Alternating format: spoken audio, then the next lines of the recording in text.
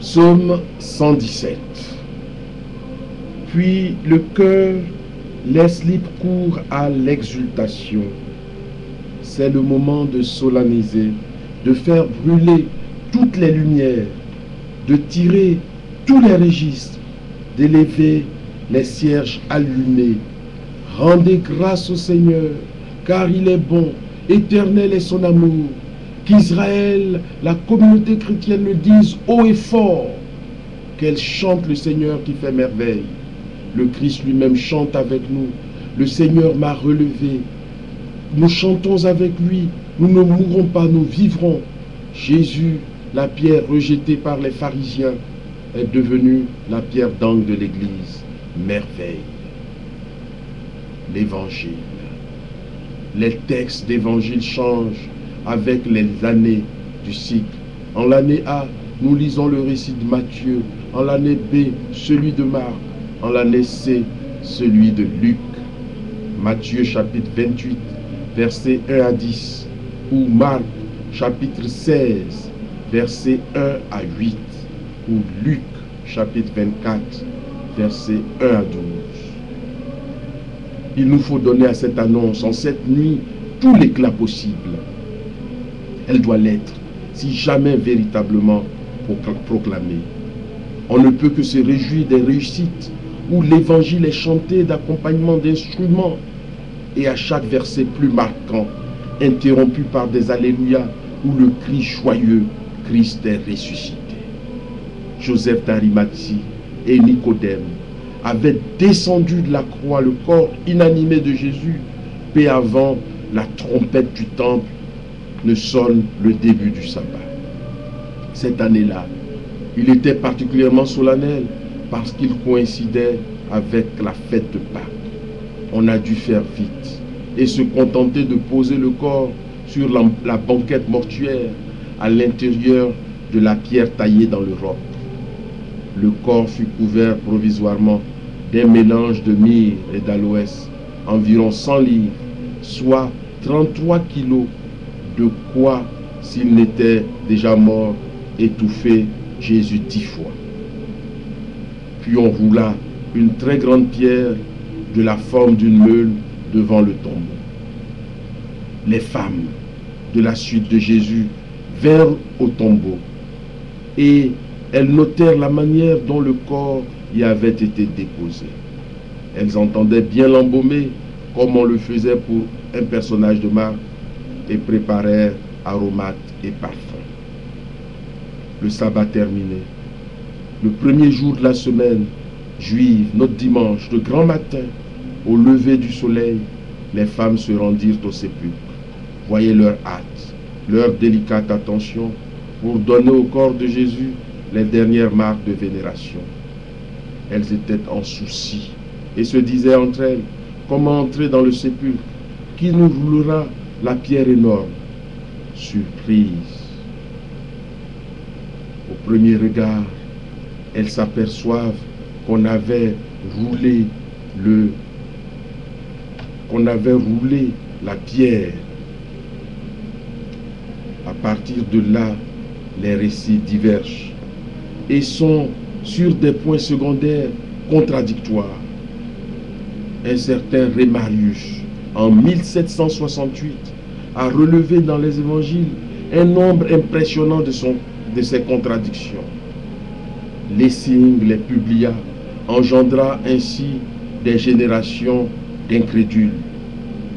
L'erreur fondamentale était de prendre les évangiles pour des récits journalistiques. Or, les évangiles sont des méditations, des visions et même des prédications. Sur des faits établis, bien sûr. Le fait de la résurrection est bien attesté par les 4 évangélistes, mais la façon dont ils la méditent est conditionnée par leur spiritualité propre. Matthieu, féru, bourré d'Ancien Testament, voit dans l'événement de la résurrection une manifestation grandiose de Dieu. Il la décrit avec des images empruntées aux théophanies, aux apparitions de Yahvé, à celle du Sinaï en particulier. Il eut un grand tremblement de terre. L'ange du Seigneur descendit du ciel, vient rouler la pierre, symbole de la mort. Il s'assit victorieusement déçu. Marc parle d'un jeune homme et voit sans doute en lui la grâce et la vigueur, la jeunesse du Christ ressuscité. Luc, qui pense déjà mission, n'était-il pas l'auteur du grand récit des actes? Luc, qui pense témoignage, voit 2 hommes. Il en verra encore 2 à l'ascension. Parce que pour témoigner légalement, il fallait être 2. Sentons-nous chez Luc pointer l'annonce apostolique, missionnaire des témoins du Christ. Et cela dès le jour de Pâques. Voilà une façon de rapporter les faits plus riches, plus profondes que ce qu'on est convenu d'appeler l'histoire. L'apparition dans un vêtement éblouissant, blanc comme la neige, l'éclair, fait penser au Christ de la transfiguration et crée l'atmosphère de présence divine. Aussi devant cette présence, les femmes sont saisies de crainte biblique, de peur devant un événement extraordinaire dont elles ne devinent pas encore la portée. Luc dit que, éblouie, elles baissaient le visage vers le sol. L'ange les apaise. Soyez sans crainte. Mais pourquoi cherchez-vous le vivant parmi les morts? Il n'est pas ici, il est ressuscité. Voici l'endroit vide où on l'avait déposé. Et de leur faire une deuxième annonce dans laquelle on reconnaît un résumé de la première prédication des apôtres. Rappelez-vous ce qu'ils avaient dit quand il était encore en Galilée. Il faut que le Fils de l'homme soit livré aux mains des pécheurs, qu'il soit crucifié et que le 3e jour, il ressuscite. Puis c'est l'ordre. Allez dire à ses disciples et à Pierre, notez au passage la place particulière de celui-ci. Il est ressuscité d'entre les morts. Il vous précède en Galilée. Là, vous le verrez. Marc note que les femmes s'enfuient parce qu'elles étaient toutes tremblantes et hors d'elles-mêmes. Elles ne disaient rien à personne, du moins pour l'instant, car elles avaient peur.